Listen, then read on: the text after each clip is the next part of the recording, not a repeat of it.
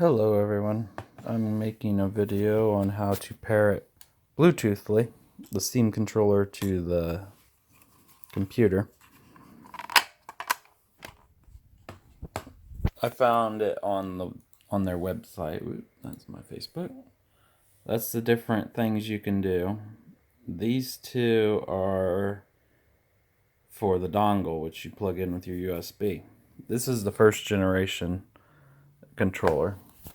The second generation comes and it has a dongle holder on the back, and I don't know if they made a third one or not, because most people probably don't even want the dongle anymore. If you have Bluetooth, it works just as good.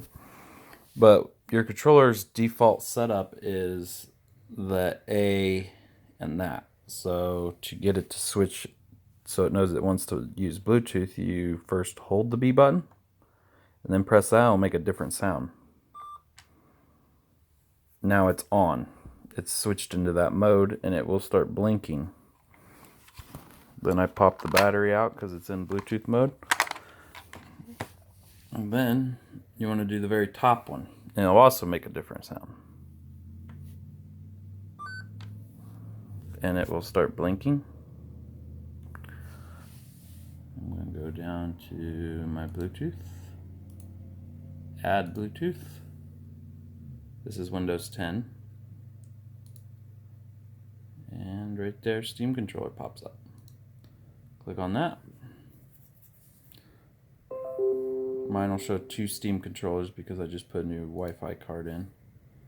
And it won't let me delete the old stuff.